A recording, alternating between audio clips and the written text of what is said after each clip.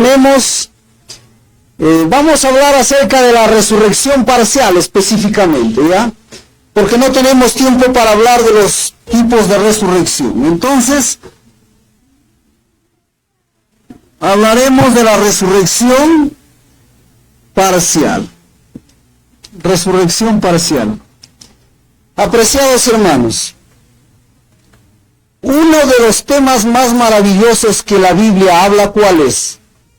El tema de la resurrección. Porque ¿cómo es posible en el lenguaje humano entender que una persona que muere puede volver a vivir? Puede resucitar.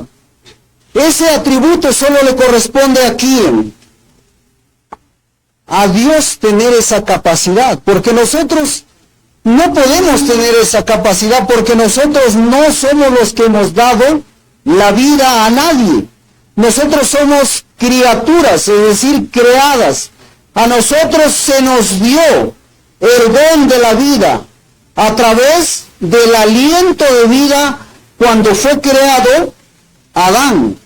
Y esa vida ha sido transmitida o transferida de generación en generación.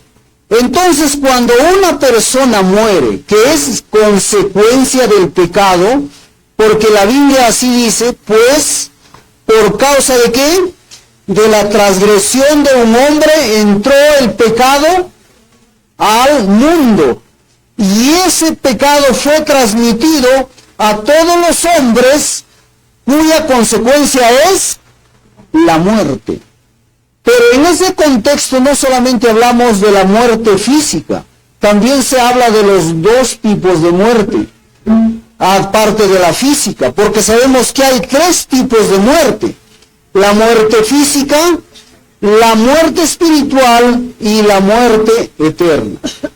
Entonces, cuando nosotros queremos hablar de la resurrección parcial, tenemos que conocer de cuántos tipos, de cuántas muertes nos habla la Biblia. A ver, ¿cuántos tipos de muerte conocen ustedes según la Biblia? 1.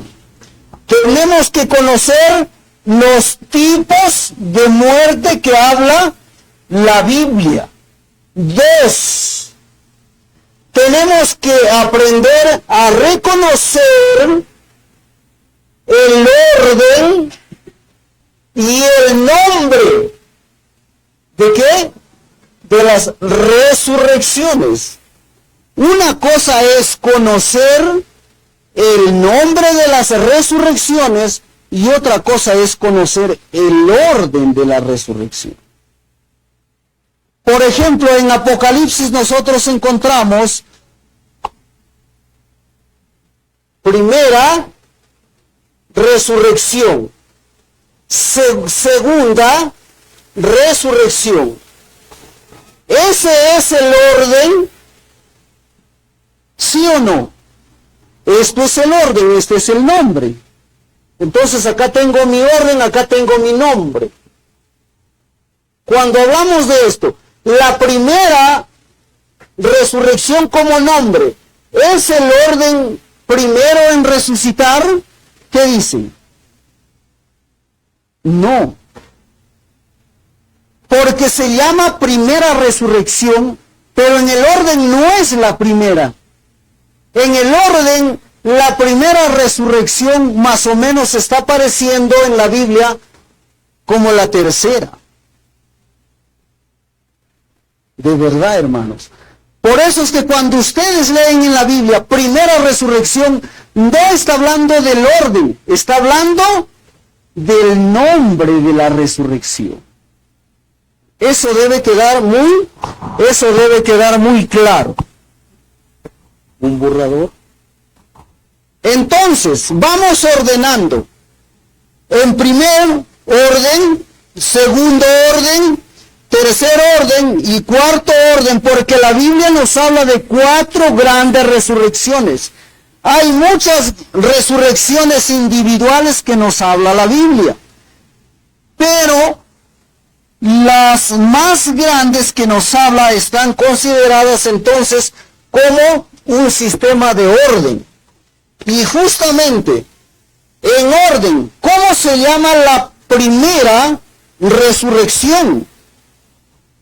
La primera resurrección en orden se llama resurrección de primicias. La segunda resurrección, cuyo nombre es resurrección parcial o mixta. Teológicamente lo conocemos como resurrección especial. Y la tercera resurrección en orden se llama primera resurrección. Y la cuarta resurrección en orden se llama segunda resurrección. Esto es un concepto y una temática propiamente adventista, porque los dispensacionalistas u otros grupos u otras organizaciones evangélicas no consideran este orden. ¿Ellos qué consideran? Que cuando dice primera resurrección se refieren al orden. Y cuando dice segunda resurrección también lo consideran que se refiere al orden. Pero el comentario y la profeta de Dios dice que se refiere a los nombres de las resurrecciones, de las 4 grandes resurrecciones dentro del pueblo adventista. A esto también se le conoce la expresión que dice, y la ciencia aumentará. ¿Qué aumentará? ¿En qué aumentará la ciencia? En el conocimiento de los temas relacionados con el periodo de la Odisea. Si bien es cierto, la mayoría de teólogos interpretan que se refiere al desarrollo de la ciencia, sociales, naturales, ciencias exactas, pues la palabra de Dios nos enseña que cuando dice que la ciencia va a aumentar, se refiere al aumento del conocimiento de las sagradas escrituras. Eso es. Entonces, este es nuestro aumento de nosotros como laodicenses y pertenecientes netamente al grupo de los historicistas conservadores adventistas. Entonces, en nuestra línea de tiempo, nosotros consideraremos en realidad estas 4 tipos de resurrecciones. Antes de desarrollar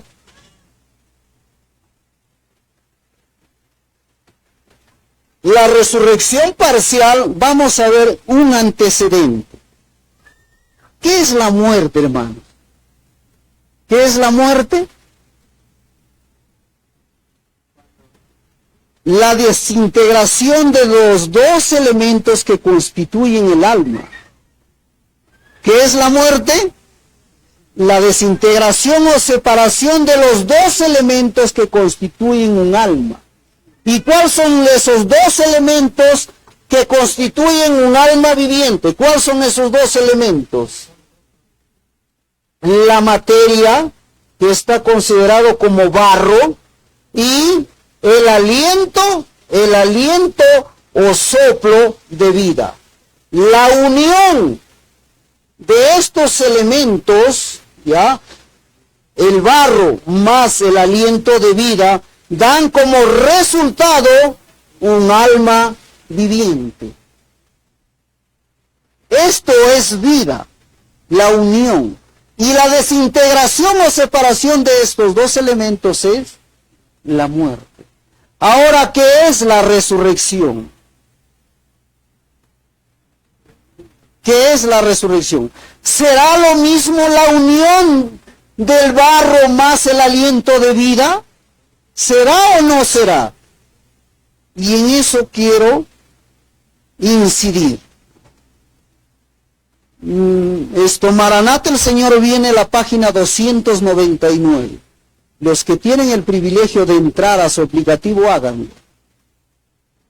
La esencia de la resurrección es restauración de la vida. ¿Cuál es la esencia de la resurrección? ¿Ah? 299. De repente es diferente porque esto está hecho en situaciones de libros físicos. Entonces van a buscarse la esencia de la resurrección. Con esa frase búsquenlo, ¿ya? Maranata, el Señor viene en su aplicativo. La esencia de la resurrección es restauración de la vida, junto con la plenitud del ser y la personalidad anterior a la muerte, llevando sus mismos rasgos individuales de la misma forma, pero libre de enfermedades y de todo defecto. Cuando la persona va a resucitar, ¿qué va a tener? ¿Qué va a tener? ¿Qué va a tener, hermanos? La misma personalidad con la cual murió. La misma personalidad con la cual murió va a resucitar. Aún sigue en incógnita si será estos mismos elementos. Pero sí sabemos que la personalidad será la misma anterior a la que murió. ¿Qué más dice? Llevando sus mismos rasgos de carácter ¿qué? Individual. Sus mismos rasgos de carácter individual. Cuando ustedes quieran analizar acerca de la resurrección de Cristo, ¿por qué resucitó Cristo? Con las mismas características, con el mismo timbre de voz y con la misma manifestación de su estado físico, con ese mismo adelanto de deterioro, dice que es una representación de los muertos que resucitarán después que hayan pasado el proceso y estar listos para esta resurrección y vivir eternamente en el cielo. Entonces, ¿cuál es el ejemplo que debemos tomar para la resurrección? La resurrección de Cristo. Seguimos, entonces miren, la misma personalidad, los mismos rasgos de carácter individual, ¿qué más? De la misma forma. Si fue pequeño, resucita pequeño. Si fue alto, resucita alto. Y si, por ejemplo, si murió sin un brazo, ¿resucitará con el brazo? Claro que sí. ¿Completo el brazo? No. Cuando ustedes van a leer Conflicto de los Siglos y dice que nacen cambiados de sus deformidades, analícelo en el contexto de la Escritura. La profeta de Dios, cuando escribió, lo hizo en inglés. Nunca el espíritu de profecía ha sido escrito en castellano. Entonces, los que han hecho las traducciones lo han traducido accesible al castellano y nos parece que nos diera a entender que las personas van a resucitar ya prácticamente transformadas a un nivel celestial. No es cierto, hermano. Porque vamos a encontrar ciertos principios que la misma profeta pone, que habrá un tiempo de ¿qué? Habrá un tiempo de restauración. Incluso acá en el mismo Maranata lo explica eso, que las personas irán creciendo y habrá un tiempo determinado para que lleguen a la eterna lozanía. Y cuando leemos Isaías, ¿qué encontramos? Ese proceso de restauración. Entonces, cuando ella dice que son resucitados con las deformidades, sin las deformidades, se refiere, dice, a las mutaciones que algunos cuerpos han tenido. O sea, han tenido órganos de repente deformes a consecuencia de otros factores. Ellos ya no resucitarán con esas deformidades. Pero los demás, todos resucitaremos de la misma forma. ¿Con qué es lo que no resucitaremos? Libre de qué? De enfermedad y defecto. Esto es lo que les hablaba. Las mutaciones. Esto sí no vendrá con nosotros. las enfermedades y los defectos. ¿Qué es un defecto? Una malformación congénita. Si una persona murió con una malformación congénita, nació con una malformación congénita, y eso lo ha llevado por toda su vida, y ha creído y ha sido fiel a la final, ha muerto, cuando resucite, esa deformidad congénita ya no lo tendrá. A eso se refiere sin defecto.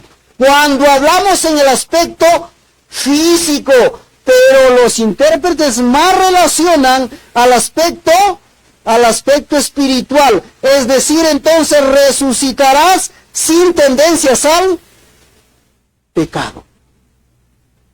Eso es lo más aceptable. Resucitan sin tendencias, sin herencia de la que hoy nacemos, sin herencia al pecado. Esto estamos hablando de los que mueren en Cristo. Sí, vamos a tomar en cuenta eso. Cuando hablemos de los de la resurrección de los impíos, también hay sus características, cómo resucitan. Para eso no tendremos tiempo hoy, quizás no tendremos, incluso ahorita mismo ni hablaremos nada de la resurrección, ya nos acabó el tiempo. Pero es fundamental dejar sentado esto. Ahora pasen a la página del mismo Maranatha, pasen al siguiente párrafo. Nuestra identidad personal es preservada en la resurrección. Nuestra identidad personal es preservada. ¿Qué es la identidad personal de una persona? ¿Cuál es? Es su razón de ser. Es lo que él ha sido en su estado de individualidad. El ser humano tiene dos características muy marcadas, que es por creación, es igual y semejante a todos los demás seres creados de su misma especie. Pero también es muy diferente de cada uno de ellos. Miren. Nosotros todos pertenecemos a la misma especie. En el aspecto de igualdad, todos tenemos la misma morfología. Todos tenemos los mismos órganos, ¿o no? Todos tenemos los mismos sistemas. Es decir, todos somos iguales por creación y por formación. Pero también en esa igualdad, en esa forma de ser, también todos somos muy diferentes. Y cuando habla de la identidad personal, se refiere a esta diferencia, que cada uno resucitará tomando en cuenta esta diferencia. ¿Qué más? Si bien no saldrá de la tumba las mismas partículas de materia, barro más aliento de vida, resucitarán. Acá me dice que ya no. Dice, si bien no saldrá de la tumba las mismas partículas de materia, la obra asombrosa de Dios es misterio para el hombre. Ahora hay un misterio acá. ¿Y por qué es un misterio? Porque en el mismo párrafo más adelante dice, no hay ley de Dios en la naturaleza que indique que el Señor va a volver a reunir las mismas partículas de materia que compusieron el cuerpo antes de la muerte. No hay una ley en la Biblia que diga que Dios volverá a formar del barro más aliento de vida a los que resuciten, aquellos que murieron en esperanza de salvación. Entonces, ¿qué va a utilizar Dios ahora para resucitar? Porque el otro sistema, el dispensacionalista, ¿qué dice?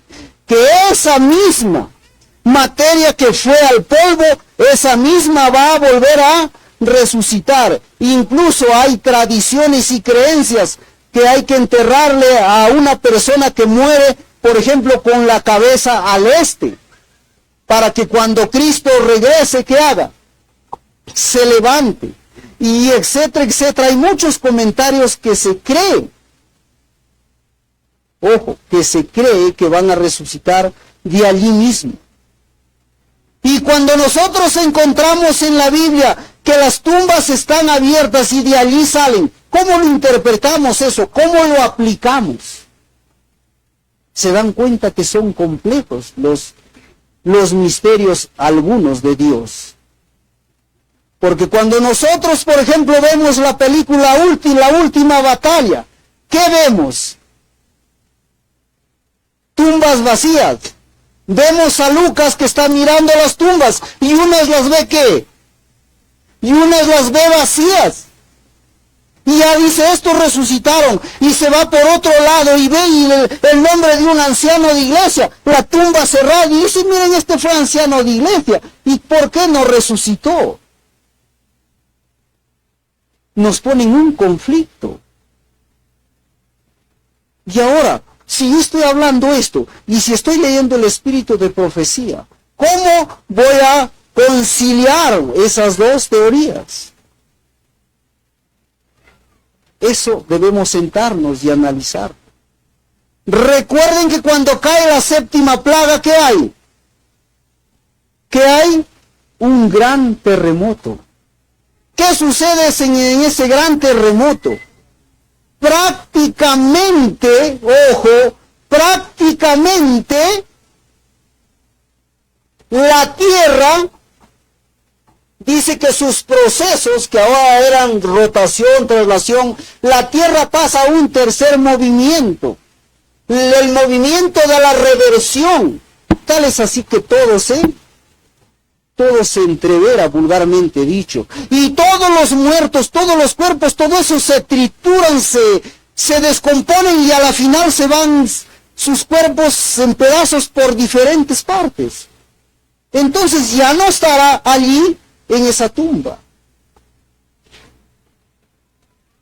Se dan cuenta la complejidad que tiene este misterio de la resurrección. Sin embargo, tenemos que tomar en cuenta que estamos hablando de determinada resurrección, porque no todas son así. Porque, por ejemplo, el año 31, el 16 de abril, la resurrección de primicias, ¿qué dice? Que sí fueron, ¿qué? Que sí fueron los mismos cuerpos, ¿o no? ¿Qué dice Mateo 28? 51, creo, 52. ¿Qué dice? Que cuando Jesús murió, ¿qué sucedió? Hubo un terremoto, y ese terremoto, ¿qué produjo en las tumbas? Produjo que se abran, y los cuerpos que estaban en esas tumbas fueron botados fuera. Ojo, fueron botados fuera, pero no tenían vida. Y cuando Jesús resucitó, recién esos cuerpos recobraron vida. Y vinieron, dice, a los de la ciudad. Algunos eran conocidos y tenían familiares. Sería, por un lado, asombroso, lleno de terror, de miedo, porque saber que ya lo enterré a uno en particular y luego que llegue ya, o sea, tremendamente ya miedosísimo, ¿no? Pero eso fue. Pero tenemos una resurrección que estamos en un tiempo futuro, y me está diciendo que esta resurrección tiene una connotación muy diferente. Y ojo, no termina eso allí. El espíritu, el carácter del hombre retorna a Dios donde se lo preserva. Ahora, ¿qué va a hacer Dios para resucitar a la persona? ¿Qué va a hacer? ¿Qué va a hacer, hermanos? va a utilizar su espíritu. Va a utilizar su espíritu. ¿Y qué es el espíritu? ¿Qué es el espíritu, hermanos? Dice el carácter del hombre. ¿Qué es el espíritu? El carácter del hombre. Y ahí se cumple lo que dice Eclesiastés. ¿Qué dice Eclesiastés? ¿Qué dice? Y el espíritu vuelva a Dios, quien lo dio. ¿Y cuál es ese espíritu que vuelve a Dios? ¿Cuál es? Es el carácter del hombre. Y a eso se refiere en todas las Sagradas Escrituras cuando nosotros siempre decimos, ¿qué llevamos al cielo? Nuestro carácter. Y ese carácter es el que llevamos al cielo. Pero ¿cuál es ese carácter que llevamos al cielo? ¿Cuál es? ¿Cuál es ese carácter que llevamos al cielo? Toda nuestra personalidad que está registrada ¿dónde? ¿En el libro? ¿Qué libro? En el libro personal. En su Biblia, en su aplicativo, escriban la palabra embrión. Así. En su aplicativo de su Biblia, escriban la palabra embrión. Y allí les va a salir un versículo de la Biblia en el libro de Salmos, que cuando la persona es concebida, ¿Dios qué hace? Dios elabora o prepara un libro para esa persona. Y en ese libro Dios escribe toda la vida. Y le pone el día que nació y le pone el día que morirá. A eso se refiere de que nuestros días están contados y que no puedes irte más allá ni antes. Todo ya está determinado. Pero en ese libro también se va escribiendo toda tu vida, todo tu carácter, ya sea en el estado mundanal o ya sea en el estado ya espiritual por haber aceptado a Cristo como tu Salvador personal. Entonces en el día de la resurrección, este carácter, que mientras tú vives, este libro personal lo tiene un ángel y lo va anotando cada momento, cada día que tú vives. Pero cuando tú te mueres, ¿a dónde va este libro? A la presencia de Dios. A esto se refiere cuando dice el espíritu vuelve a Dios. ¿Qué vuelve al cielo? El espíritu. ¿Y qué es el espíritu? La personalidad, el carácter. ¿Y dónde está esa personalidad y ese carácter? En este libro. Eso lo explica comentario bíblico de Eclesiastés 12:7, creo está este versículo. Y eso lo está explicando Maranata 299. En la resurrección cada hombre tendrá su propio carácter. ¿Y de dónde Dios lo sacó ese carácter? Del libro personal. Ustedes saben que en el cielo ¿cuántos libros hay? 8. En Jeremías 17:1 dice que los cuernos de los altares representan los libros donde están con cincel escritos el pecado de Judá. Y luego te vas al comentario y a las referencias que habla la profeta, dice que justamente si en el atrio había un altar del sacrificio que tenía 4 cuernos, en el lugar santo había otro altar del incienso que tenía otros 4 cuernos, por lo tanto son 8, y esos son los representantes de los libros en el cielo. A eso representa. Entonces uno de estos 8 justo es el libro personal. ¿Qué más dice? A su debido tiempo Dios llamará a los hombres dándoles otra vez el aliento de vida. ¿Llama qué? a darles el aliento de vida, pero será como en la creación. Leamos lo que dice. Y ordenará a los huesos secos que vivan. Y de ahí muchos toman y dicen, ya ven, van a estar ahí los huesos. Todo se puede, ¿qué? Todo se puede dañar, mezclar, pero los huesos no se van a destruir y esos van a estar allí. Entonces a esos Dios le va a dar vida. El asunto está que cuando tú lees la profecía de los huesos muertos y que resucitan en Ezequiel, ¿sí? ¿En Ezequiel está? No lo está hablando en término literal, sino en simbólico. Por lo tanto, tengo que descartar esa idea que serán huesos literales. Entonces, ¿a qué representa esos huesos secos? ¿A qué materia representa esos huesos secos de los cuales Dios se va a valer para resucitar a un cristiano? Hoy en día esos huesos secos tienen una aplicación o una representación espiritual